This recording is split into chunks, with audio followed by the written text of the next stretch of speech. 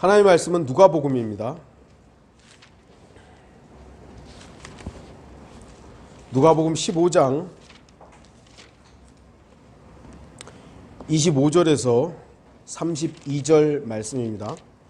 조금은 깁니다만 다른 날보다는 좀 길게 본문을 좀 잡았습니다. 누가복음 12장 25절에서 32절 말씀입니다.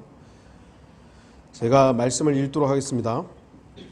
그때 큰 아들은 들에 있었는데 그가 집 가까이 왔을 때 노래와 춤추는 소리를 듣고 종 하나를 불러서 이것이 무슨 일인지 묻더라. 종이 그에게 말하기를 당신의 동생이 돌아와서 당신의 아버지께서 살찐 송아지를 잡았나이다. 이는 아버지께서 무사하고 건강하게 돌아온 그를 환영하기 위해서니이다 라고 하니 그가 화가 나서 들어가기도 싫어하더라. 그러자 그의 아버지가 나가서 그에게 권하더라. 그가 자기 아버지께 대답하여 말하기를 보소서 수년 동안 내가 아버지를 섬기고 어느 때라도 명령을 거역하지 아니하였으나 내 친구들과 함께 즐기라고 나에게 염소 새끼 한 마리도 주지 않았나이다. 그러나 아버지의 살림을 창녀들과 더불어 탕진해버린 그 아들이 돌아오자마자 그를 위해서는 살찐 송아지를 잡아주셨나이다 라고 하자 아버지가 그 아들에게 말하기를 아들아 너는 항상 나와 함께 있고 또 내가 가진 모든 것이 내 것이지만 너의 이 동생은 죽었다가 다시 살아났고 잃어버렸다가 찾았기에 우리가 즐거워하고 기뻐하는 것이 당연하니라고 하더라고 하시니라. 오늘 말씀의 제목은 어느새 큰아들이 되어.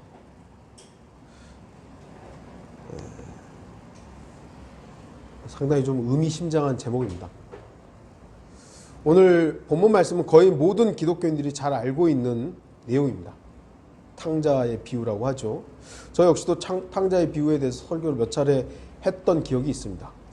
그리고 대부분은 돌아온 아들, 그 탕자의 초점을 맞추거나 아버지에게다 초점을 맞추기도 하죠. 맞죠. 예수님께서도 돌아온 아들에 대해서 말씀하신 것입니다.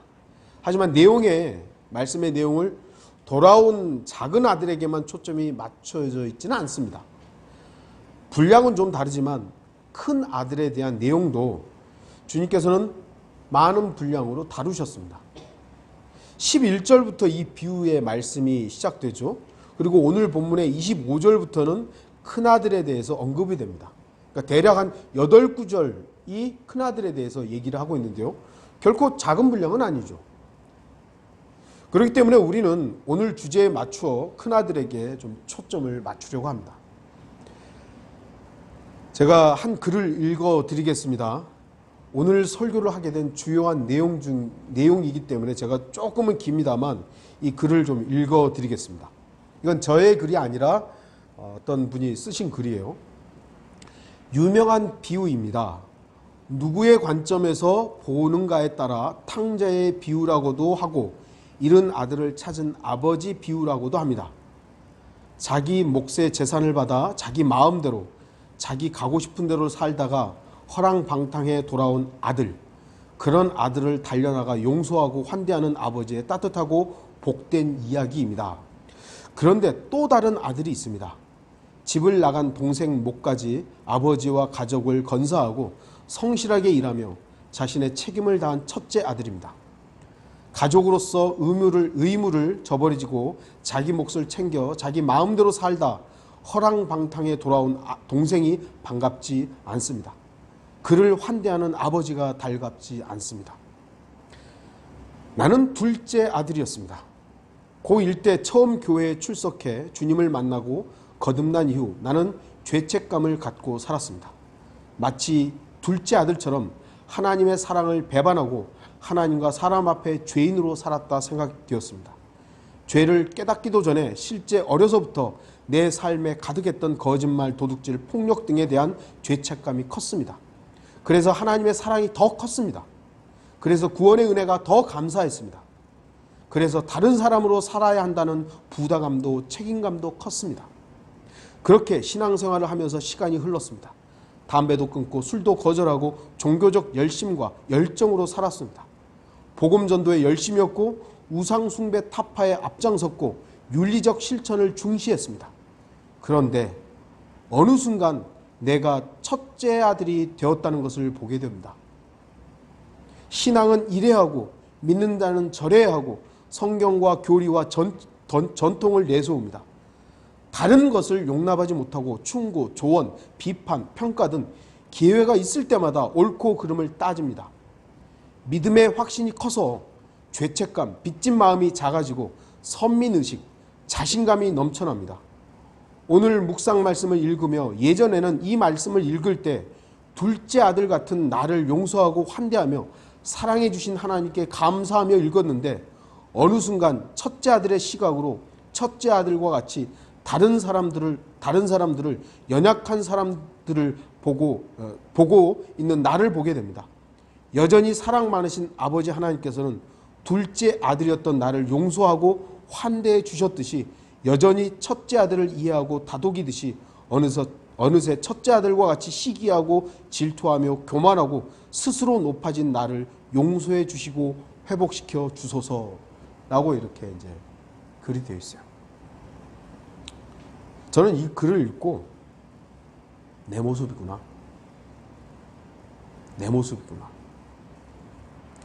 바로 내 모습이고 내가 이랬다였습니다.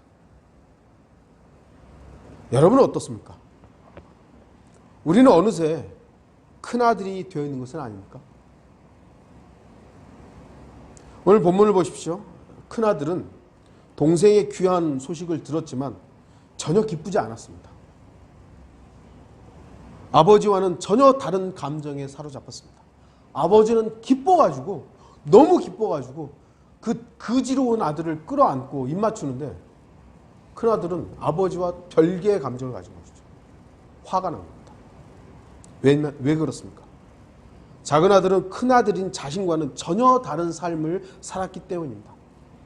큰아들은 맡겨진 일에 성실했고 아버지의 명령을 전혀 거역하지 않았으며 창녀들과 함께 재산을 탕진하지도 않은 그야말로 가장 모범적이고 다른 말로 하면 가장 성경대로 믿는 사람이었기 때문입니다. 사실 아버지의 심정이 아닌 제3자의 입장에서 보면 큰아들만큼 성실하고 믿음직한 아들이 어디 있습니까? 작은 아들은 지 좋은 대로 가버린 거예요. 근데도 아버지의 곁을 지키면서 성실하게 일하고 아버지가 말하는 것에 대해서 다 지키는 거예요. 그러니까 제3자의 입장에서 보면 큰아들만큼 잘하는 아들이 어디 있어요? 하지만 이 비유는 2절에 나오듯 바리새인들과 서기관을 염두에 두고 하신 말씀입니다. 큰아들은 바로 바리새인들과 서기관들입니다. 그들은 외면적으로 보면 흠잡을 것이 없었습니다. 외적으로 보면. 주님께서도 그들의 의보다 뛰어나야 천국에 들어간다고 말씀하실 정도입니다. 마태복음 5장 20절 내가 너희에게 말하노니 너희의 의가 서기관들과 바리새인들의 의보다 뛰어나지 못하면 결코 천국에 들어가지 못하리라. 그러니까 이들의 의는요 예수님도 인정할 만큼 온전한 거예요. 흠이 없었던 겁니다. 그들은 단 한 번도 세리와 죄인의 위치에 있지 않았습니다. 세리와도 같지 않았고 죄인들과도 같지 않은 정말 어떻게 보면 외적으로 보면 흠잡을 것이 없는 그런 사람들이었습니다. 그들은 하나님께 자비를 구하는 대신 희생제로만 다가서려고 했던 것입니다. 그러나 하나님께서는 바리새인들과 서기관들과의 생각이 달랐던 것입니다. 호세아 6장 6절 나는 자비를 원하고 희생제를 원치 아니하나니 하나님을 아는 지식이 번제보다 낫도다. 큰아들은 작은 아들의 자리에서 자신을 발견한 적이 없습니다. 부족한 죄인의 위치에서 아버지를 본 적이 없어요. 항상 떳떳한 것이죠. 떳떳한 위치죠. 그래서 동생의 귀환에 기쁨 대신 화를 냈던 겁니다. 저런 악한 아들이 왔는데 이렇게 건실하고 이렇게 성실한 아들은 여기 있고 저렇게 악한 아들이 있는데 어떻게 비교하지? 여러분은 여러분 자신을 어디에서 발견하셨습니까? 저는 어린 시절 저와 같은 사람이 아니면 누가 구원받는가? 라는 생각을 했어요. 물론 양면적인 부분이 있지만 저의 죄에 대해서도 항상 이렇게 염려했지만 나 죄와 연관해서 맨날 어떡하지? 근데 다르게 생각하면 그럼 내가 안 받으면 누가 받아? 내가 안 받으면 누가 받아? 목사 아들이었죠? 주일 예배는 빠진 적이 없죠? 성경 퀴즈 대회, 암송 대회, 성경 읽기 대회 등등등등 교회 행사에서 항상 좋은 성적을 얻었습니다. 1등 아니면 최소한 2등. 신학교 입학해서 신학을 공부했고요. 군에서는 군종으로 일했습니다. 제대에서도 전도사로 사역했으니 나 같은 사람이면 누가 구원받느냐? 누가 천국에 가겠냐? 아주 자신만만했습니다. 그런데 아니었습니다. 나 같은 사람은 절대로 구원받을 수 없다는 걸 알게 된 거죠. 저는 항상 첫째 아들의 위치에서 하나님을 대했습니다. 작은 아들의 위치에서 아버지께 자비를 구하지 않았고 하나님의 은혜를 경험한 적도 없습니다. 그런데 다행히도 주님께서는 그러한 저를 만나주셨고 다 이루었다는 그 말씀으로 저에게 구원을 허락하셨습니다. 바로 그 순간 저는 작은 아들의 위치에 갈 수 있었던 것이죠. 큰 아들이 작은 아들처럼 자신의 위치에서 겸손하게 아버지를 바라보고 있었다면 동생의 귀환이 얼마나 기뻤겠습니까? 아니면 작은 아들을 향해 달려가는 그 길에 아버지와 함께 달려가서 동생을 안고 입 맞추지 않았겠습니까? 하지만 큰 아들은 그저 자신에게 맡겨진 일에만 열심이었습니다. 작은 아들이 내팽개치고 가버린 그 일에 성실히 하고 있었던 거죠. 여러분, 하나님의 사역 중요하죠? 중요하죠. 하나님보다 중요하지는 않습니다. 오늘날 수많은 교회 그리고 목사들 하나님의 사역한다는 분들 가만히 보면요. 하나님보다 하나님 사역이 더 중요해요. 제가 왜 이런 말씀을 드리냐면 말씀을 저렇게 성경 침례교가 그렇기 때문이에요. 그분들 하나님 사역 엄청 많이 하잖아요. 하나님보다 중요하지는 않습니다. 아버지와 함께 하지 않는 큰아들. 그래서 큰아들은 감사하지 않음과 불평이 있었습니다. 아버지와 함께 하지 않았습니까? 일은 열심히 하고 있었는데 아버지는 작은 아들을 기다리고 있는데 큰아들은 일만 하고 있는 거예요. 아, 그럼 일하지 말라는 거야? 그 말이 아니잖아요. 중요도가 뭐냐고요. 중요도가. 예수 그리스도 없는 하나님의 사역. 예수 그리스도 없는 하나님의 사역은 오히려 그 사역 자체가 저주가 될 수도 있음을 기억하십시오. 복음 준 거? 잘하는 거죠. 근데 예수 그리스도와 연관되지 않고 자기 열정으로 하고 있다면 자기 땀이잖아요. 자기 땀. 그래서 누군가를 또 복음 전해서 그 사람이 구원받았어요. 놀라운 일이죠. 그럼 그 결실은 주님이 맺는 거지 이 사람이 맺는 거 아니에요. 희생제보다 더 중요한 것은 아버지의 자비를 구하는 마음입니다. 하나님은 자비를 원하는 거예요. 우리가 하나님 앞에 하나님 저에게 은혜를 저 같은 죄인을 그 자비를 구하는 그 마음을 하나님께 원하는 거지. 희생제? 그 형식 중요한 거 아니라는 겁니다. 29절부터 30절을 다시 보시죠. 그가 자기 아버지께 대답하여 말하기를 보소서 수년 동안 내가 아버지를 섬기고 이랬다 이거죠. 다른 말로 하면 예배 드렸다 이것입니다. 어느 때에도 명령을 거역하지 아니하였으나 성경대로 했다 이것입니다.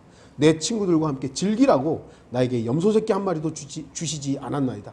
그러나 아버지의 살림을 창녀들과 더불어 탕진해버린 이게 사실이죠. 팩트입니다.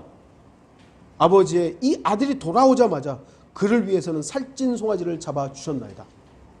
하나님 지금 아버지께 따지고 있는 겁니다. 반항하고 있는 거예요. 큰아들은 아버지를 위해 자신이 한 일을 주장합니다. 그리고 아버지를 지적합니다. 팩트 체크해 주는 거죠. 내가 아버지를 섬기고 섬김, 이게 서브라는 단어인데 중요하죠. 서비스죠. 분명 성경은 성도들의 섬김을 강조합니다.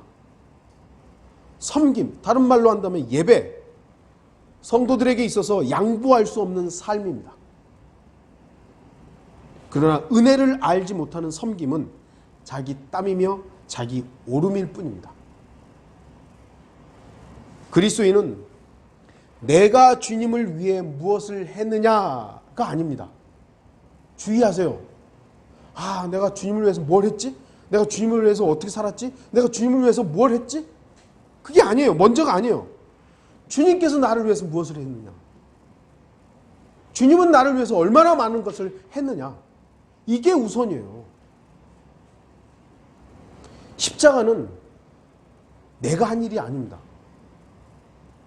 예수 그리스도의 십자가를 분명히 알고 나서 자기 십자가를 져야지, 자기 십자가부터 지고 나서 예수님을 따라가면 어떻게 되는 거예요? 예수 그리스도의 보혈은 인간인 내 피와는 비교조차 할 수 없습니다.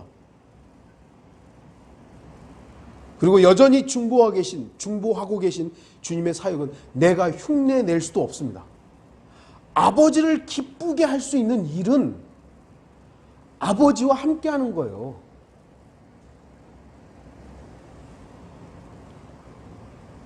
근데 큰아들은 일하고 있었죠. 내가 아버지를 섬기고 일만 하고 있는 거예요. 마치 내가 주님을 위해서 무엇인가를 할 수 있다고 착각하는 것은 주님의 피에 자신의 땀을 추가하려는 어리석은 짓임을 알아야 됩니다. 단지 우리가 무언가를 한다는 것은 주님께서 주신 힘을 근거로만 하는 것입니다. 큰아들은 아버지가 큰아들을 위해 했던 수많은 일들을 잊어버린 것이죠. 아버지가 큰아들에게 했던 일들이 얼마나 많겠어요. 눈에 띄지도 않았겠지만 그건 잊어버린 거예요. 자신이 아버지를 위해 섬겼던 일만 주장합니다. 하지만 아버지가 없었다면 큰아들이 무엇을 할 수 있었겠습니까? 다음으로 보시면 어느 때라도 명령을 거역하지 아니하였으나, 이건 무슨 말입니까? 아까도 말씀드렸지. 하나님, 저는 항상 성경대로만 했습니다. 성경대로 믿고 성경대로 실행하고 성경대로 판단하고 성경대로만 했습니다. 네, 맞습니다. 큰아들은 성경대로만 했습니다. 바리새인들, 서기관들 정말 성경대로 한 사람들입니다. 잘한 것이죠. 그런데 중요한 것은 그 성경대로가 자신들의 의를 자랑하고 자신들의 열정과 땀을 자랑하는 것이라면, 그리고 세리들과 죄인들을 자신과 구별하는, 판단하는 성경대로였다면 그것은 자기 자신이 좋아서 한 일이지 그 출발점이 주님이 아닌 것입니다. 자기가 정해놓은 기준과 성경이 비슷했던 거예요. 그래서 그거를 가져와서 자기 기준에 맞춰서 성경을 이용한 것 뿐이지, 자기가 좋아서 한 것이지 주님의 명령에 합당하게 순종한 건 아니에요. 이런 사람들의 특징이 뭐냐면 자기가 원하지 않는 것은요 보려고 하지 않아요. 자기가 생각했던 거하고 좀 다르잖아요. 그럼 그런 거는요 입 닫아요. 입 닫는 거예요. 큰아들의 위치는 어디입니까? 지금 큰아들의 위치가 어디예요? 아버지를 대항하는 자리입니다. 아버지를 대적하는 자리입니다. 반면 작은 아들의 위치는 어디입니까? 바짝 엎드려가지고 아버지의 자비만을 구하는 위치입니다. 아버지는 자신의 품 안에 있는 작은 아들, 아버지의 살림을 창녀들과 더불어 탕진해버린 정말 악한 아들, 그것이 팩트죠. 큰아들은 소위 말해 성경대로 한 거예요. 성실하게 일했고 아버지의 명령에 다 순종했고. 작은 아들은 이거 완전히 정말 나쁜 놈이죠. 그게 사실이죠. 그래서 작은 아들은 자신을 아들이라고 말할 자격이 없다고 말합니다. 아버지, 나는 아들이 아닙니다. 큰아들은 아버지, 내가 아버지를 위해서 작은 아들은 눈물로 아버지의 자비만을 구할 수밖에 없었습니다. 아버지는 바로 그 아들에게 무한한 자비를 베푸십니다. 물론 아버지가 작은 아들이 언제까지나 품 안에 있고 여전히 눈물을 흘리면서 돌아온 자신에게 동정을 바라며 그렇게 살기를 바라지는 않습니다. 아버지여, 내가 하늘을 거역하여 아버지 앞에 죄를 지었나이다. 나는 더 이상 아들이라고 말할 자격이 없나이다 라는 고백을 입에 달고 살고 매일매일 주눅들어 사는 것을 원하지는 않을 겁니다. 그럼에도 작은 아들이 큰 아들처럼 아버지 이제 내가 좀 시간 좀 지났으니까 이제 괜찮죠?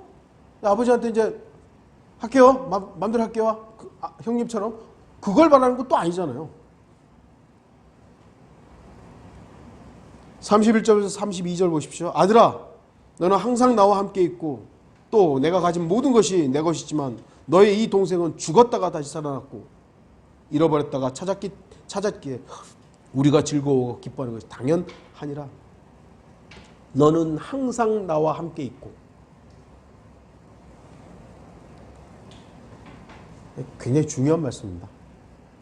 큰아들은 자신이 항상 아버지와 함께 있다는 그 놀라운 사실에서 감사를 발견하지 못했습니다.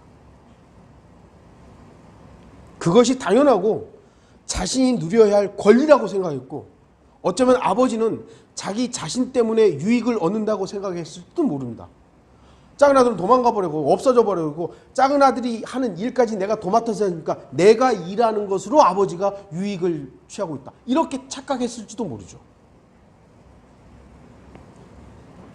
하나님의 은혜를 자신만의 특권으로 생각하면 어리석은 겁니다. 이스라엘 백성들, 하나님의 선택된 백성이죠. 그들을 하나님께서 선택하신 것은 하나님의 은혜예요. 은혜. 정말 하나님의 은혜죠. 그들이 어떠했기 때문에 하나님께서 그들을 선택한 게 아닙니다. 하지만 그들은 자신들이 선택된 백성이란 그 놀라운 은혜를 특권으로 인식한 거죠. 특권으로, 권력으로 인식한 거예요. 그래서 다른 민족들을 업신여기고 이방인들을 개와 돼지로 여기고 성별한 것이 아니라 차별했던 것이죠. 그들은 분명히 선택된 백성이에요. 그건 사실이죠. 근데 하나님께서 그렇게 차별하라고 선택한 게 아니거든요. 근데 그들은 선택된 백성이라는 걸 감사하고 하나님께 이 은혜 놀랍구나가 아니라 그 선택된 백성을 악용한 겁니다. 남들을 판단하고 이방인들을 개, 돼지라고 하고 저것들하고 함께 밥도 안 먹어야 된다고. 세리들과 죄인들을 나눠버리고. 그러한 특권의식은 하나님께서 원하셨던 선택된 백성의 모습이 아닙니다. 킹제임스 성경을 믿는다는 것은 특권이 아니라 은혜이며 하나님의 선물입니다. 하나님께서 우리에게 바른 성경인 한글 킹제임스 성경을 주신 것은요, 우리의 특권이 아니에요. 은혜예요. 선물이에요. 바른 성경을 하나님께서 한국 사람들에게 허락하신 것은 자기 언어와 자신들의 글을 사용하는 사람들에게 주신 특별한 선물입니다. 이렇게 자기 나라 말로 된 성경을 가진 민족이 얼마나 된다고 생각하세요? 많지 않아요. 세계적으로 많지 않아요. 근데 우리는 우리 글로 우리가 이해할 수 있는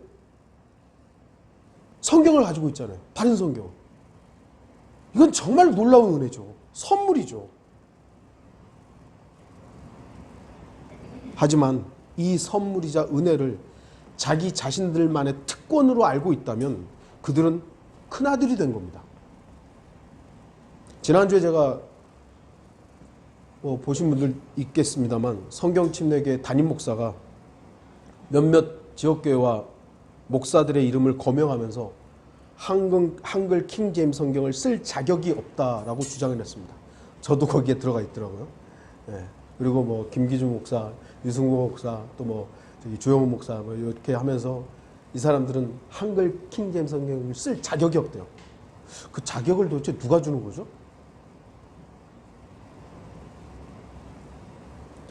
아마 그들은 자신들이 성경을 출판하고 있으니까 성경을 사용하고 사용하지 말고를 결정할 수 있는 특권을 갖췄다고 생각하는 것 같습니다. 하지만 정말 어리석고 교만에 가득 찬 주장일 뿐입니다.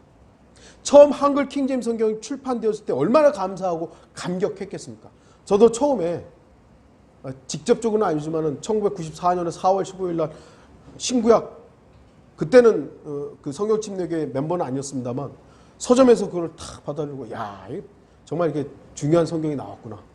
되게 감사했어요. 아마 그분들도 말씀을 전하게도 처음 성경이 출판하고 있을 때 얼마나 감격했겠습니까? 드디어 이 민족에게도 바른 성경이 있다고 얼마나 감격했겠습니까? 그런데 이제는 그들이 둘째 아들의 위치가 아니고 큰 아들이 되어버린 것입니다. 감사는 던져버리고 자신들의 특권과 자신들이 했던 일만 주장하는 것이죠. 우리 이러한 일을 하고 있고 이런 일을 하고 있고, 아, 킹제임스 성경 눈에 쓰지 마. 눈에 쓰지 마. 보지 마. 이거 로마 카톨릭이 했던 짓 아닙니까? 로마 카톨릭이 성도들에게서 성경 뺏어버리고 성경 보는 사람 심지어는 죽여버렸잖아요. 그들 자신만 모르는 거예요. 자신들이 지금 큰아들의 위치고 자신들만 모르는 거예요.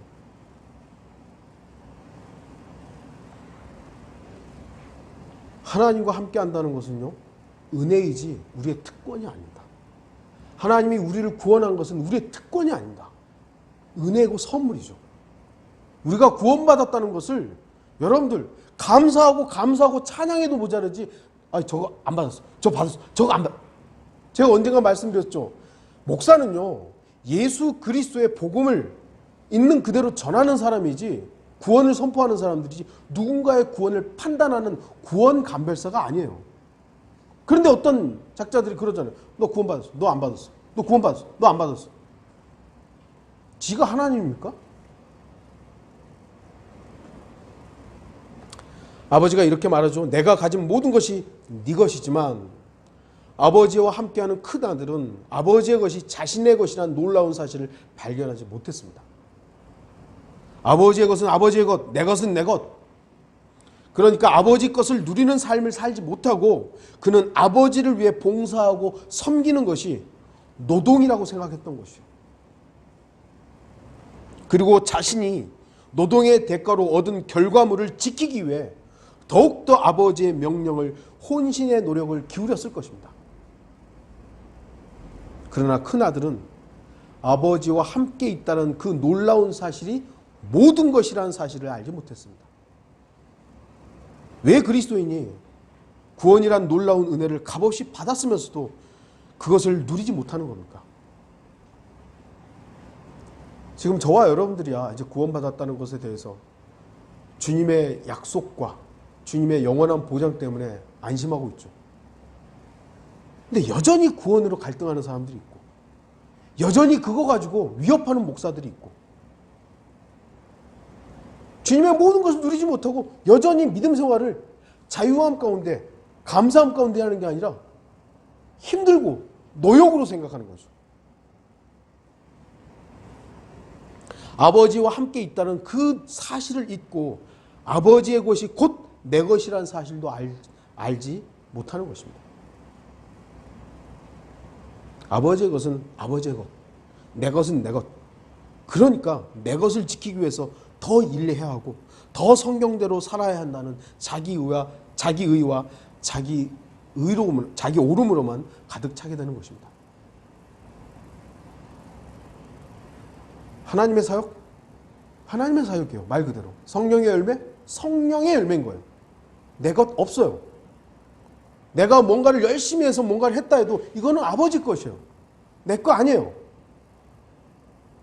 그럼 이게 손에 날 것도 없고 어떤 분이 저보고 의정부에 돌아왔을 때 이제 그 교회 찾으시죠 그런데 그건 내 것이 아니었어요. 찾을 생각도 없었고 찾아서 뭐 하게요. 지금 이 교회도 하나님께서 걷어가시면 걷어가시는 거예요.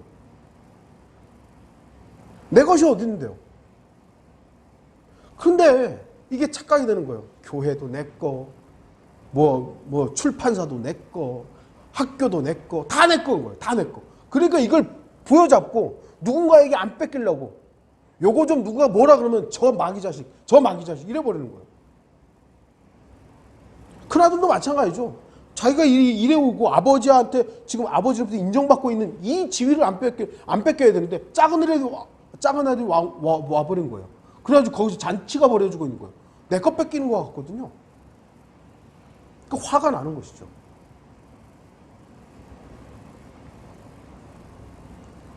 그러니까 이런 사람들은 신앙생활에 자유가 없는 거예요. 평안이 없는 것입니다. 안식이 없는 거예요. 매번 쫓기고 뭔가를 해야 한다고 생각하는 것이죠.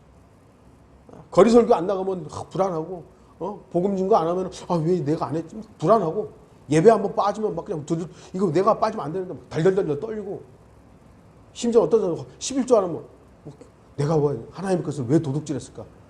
성경 들으면 사람 그런 거 그 정도까지는 아니더라도 사람들이 신앙생활이 종교생활로 바뀐 그 사실을 모르는 거예요. 그렇기 때문에 주님으로 인한 즐거움이 아닌 다른 것들을 통해서 즐거움을 갖게 되는 거죠. 큰아들은 아버지와 함께하는 삶에서 즐거움을 찾지 못했습니다. 내 친구들과 함께 즐기라고 주목하십시오. 큰아들의 그 즐김은 육신의 즐거움입니다. 여기서 즐기라고 했을 때 영어 단어 메리라는 단어가 사용됩니다. 메리.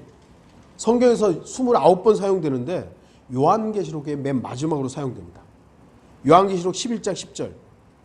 땅에 사는 자들은 그들로 인하여 즐거워하고 또 기뻐하며 서로 선물을 보내리니 이는 이 두 선지자가 땅에 사는 자들을 괴롭게 하였기 때문이라. 땅에 사는 자들은 그들로 인하여 즐거워하고, 이 즐거움이 있죠. 문맥에서는 뭐냐면요, 두 증인을 죽이고 나서 두 증인의 몸을 장사 지내지 않고 잘린 몸을 보면서 즐거워하는 거예요. 이 두 증인이 하나님의 말을 선포하니까 이 두 증을 죽여버린 거예요. 그런데 그냥 죽인 게 아니라 댕강해서 죽인 거예요. 그런데 그걸 보고 이게 아니라 즐거워하고 있는 거예요. 이게 맨 마지막에 사용된 즐거움이에요. 메리라는 단어. 그래서 이 메리라는 단어는 결국 긍정적인 즐거움이 아닙니다. 마귀적인 것이죠. 여러분들 메리 크리스마스. 메리 크리스마스. 어디서 기원했는지 알아야 돼요. 그래서 그리스도인들은 메리 크리스마스 말하는 거 아니에요. 큰아들은 친구들과의 즐거움이 우선된 육신적인 사람의 전형이 되었습니다. 물론 그리스도인이라고 해서 친구도 없이 세상에서 완전히 단절된 삶을 살아야 한다는 것은 아닙니다. 아직 육신을 입고 있는 그리스도인들도 육신의 일들을 할 수 있습니다. 세상에서 일도 하고 세상 친구도 있습니다. 세상에서의 즐거움도 맛볼 수 있죠. 잠시 맛볼 수 있죠. 여러분들 여행 가서 좋은 거 보면 기쁘잖아요. 뭐 유쾌한 어떤 내용을 보면 기쁘잖아요. 그런 게 우리가 없이 살아야 된다, 그걸 말하는 게 아니죠. 하지만 주 하나님과 함께하는 것이 성도의 진정한 즐거움이기 때문에 내가 세상의 것들을 더 누리지 못한다고 해서 원망하거나 짜증내지는 않습니다. 그러나 큰아들은 친구들과 즐기지 못하는 것이 원망이 되었습니다. 큰아들은 친구들과 즐기라고 지금 큰아들은 친구들을 언급하죠. 그러니까 이미 큰아들에게는 친구가 있었어요. 아버지의 일하느라고 친구가 없어진 게 아니에요. 더 즐기지 못한 거죠. 더 즐기지 못한 거예요.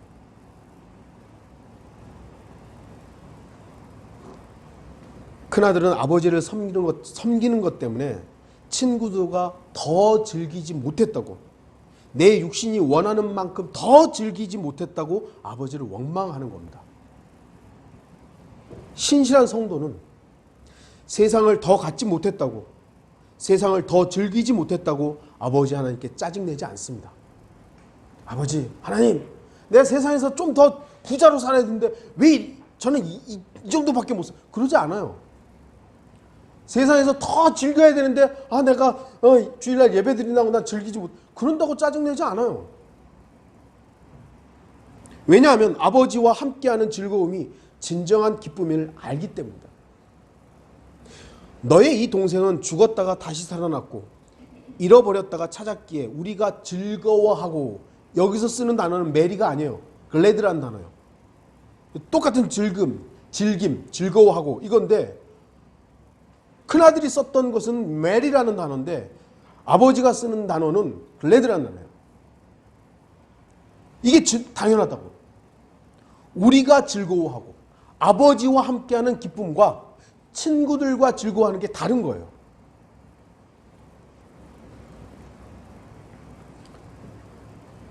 이 글래드라는 단어가 마지막으로 사용된 구절도 요한계시록입니다. 요한계시록 19장 7절. 기뻐하고, 이걸 리조이스죠. 기뻐하고 즐거워하며 그분께 존귀를 돌리세. 이는 어린 양의 혼식이 다가왔고 그의 아내도 자신을 예비하였습니다. 이 즐거움은 영원한 거예요. 영원한 거. 그러나 큰아들이 썼던 즐김, 그 단어는 육신적인 거죠. 사악한 것을 보고, 시체를 보고 기뻐하는 거예요. 오늘날 세상 사람은 어떠세요? 죄를 보고 음란한 걸 보고 기뻐하잖아요. 그리스도인들은 그거 보고 기뻐할 수가 없는 거예요. 아버지와 함께하는 것이 기쁨인 것이죠. 이 즐거움은 세상이 주는 것과 다른 즐거움입니다.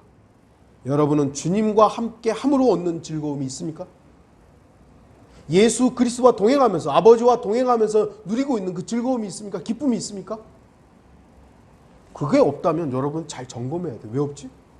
나의 즐거움의 기준은 뭐지? 세상을 즐기려 할 때 세상이 주는 즐거움은 육신을 만족시킬 수 있습니다. 오늘날 청년들처럼 클럽에 가가지고 몸을 흔들고 막 음악 듣고 즐거워할 수 있죠. 즐거워할 수 있어요. 하지만 절대로 영의 즐거움을 얻지 못하며 영원하지도 않습니다. 그걸 알아야 돼요. 여러분들 세상 음악 듣지 말라 이거 아니에요. 저도 말씀드렸듯이 운전하고 갈 때 클래식 라디오 듣고 그게 좀 지겹다 그러면 뭐더라? FM 라디오 틀어요. 그러면 거기서 개그처럼 막 웃기게 해요. 그러면 막 웃고 그러죠. 우리가 육신을 보는데 그런 걸 전혀 차단하고 살 수는 없어요. 그러나 아셔야 될 게, 그걸 내가 더 누리지 못했다고 해서 하나님 앞에 하나님 내가 더 누릴 수 있는데 아버지 때문에 나 못 누려, 그러지는 않는다는 거예요. 저는 그걸로 끝이에요. 그냥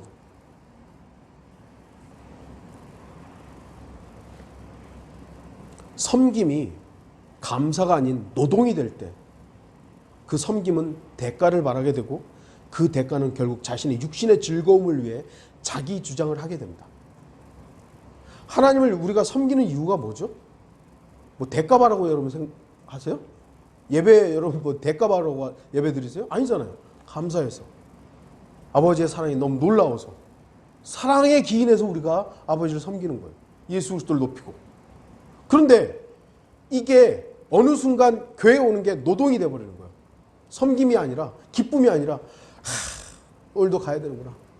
아유, 가야 되는구나. 그러면 여기 와서 뭔가를 얻어야 되는데, 오늘 목사 설교 졌다 이야. 이게 돼버리는 거예요. 저 형제 자매 왜 저러지? 이게 돼버리는 거예요.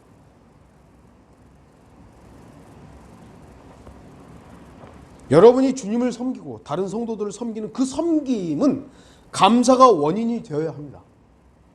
만일 여러분의 섬김이 사랑의 원인이, 사랑의 의무감이 아니라 육신적인 의무감이라면 당장 그 일을 멈추십시오.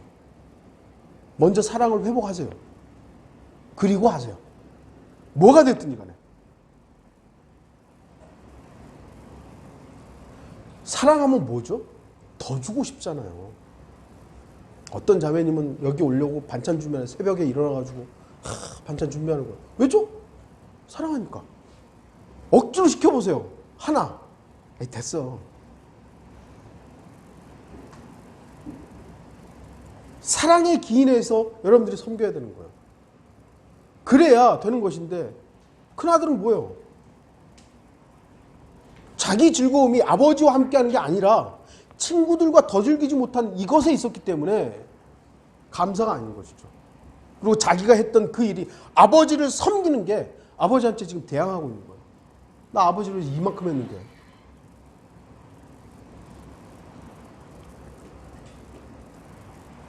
성경은 이 비유의 결론이 어떻게 되었는지 말씀하지는 않습니다. 그냥 아버지의 말로 끝나버리죠. 결론이 어떻게 됐나, 어떻게 살았느냐, 이게 없어요. 어찌 보면 열린 결론이고 이 비유가 어떤 특정한 사람에게만 적용되지 않음을 암시합니다. 물론 아까도 말씀드렸듯이 바리새인들과 서기관들이 그 대상이고 작은 아들에 해당하는 부분을 보면은 이제 세리들과 그 죄인들에게 해당할 수는 있지만 특정하게 딱 지정하고 끝나는 게 아니라는 것이죠. 이 비유는 비유이기 때문에 큰아들은 언제나 큰아들이고 작은 아들은 언제나 작은 아들로 영원한 건 아닙니다. 언제든지 뒤바뀔 수 있는 거예요. 하나님의 은혜로 구원받았을 때 그 은혜에 대한 놀라운 감사와 한없는 찬양을 합니다. 저 역시도 나 같은 자가 구원받았다는 놀라운 사실로 인해 얼마나 기뻤는지 모릅니다. 제가 구원받았을 때 그 감격을 생각하면 지금도 짜릿해요. 뭐 제가 간증도 했습니다. 제가 그날 우리 자매한테 전화해가지고 세상이 달라 보여. 세상이 달라 보여. 왜냐하면 너무 기뻤거든요. 저의 죄 문제가 주님의 그 말씀으로 해결된 걸 아니까 너무 기뻐가지고 날아갈 것 같았어요.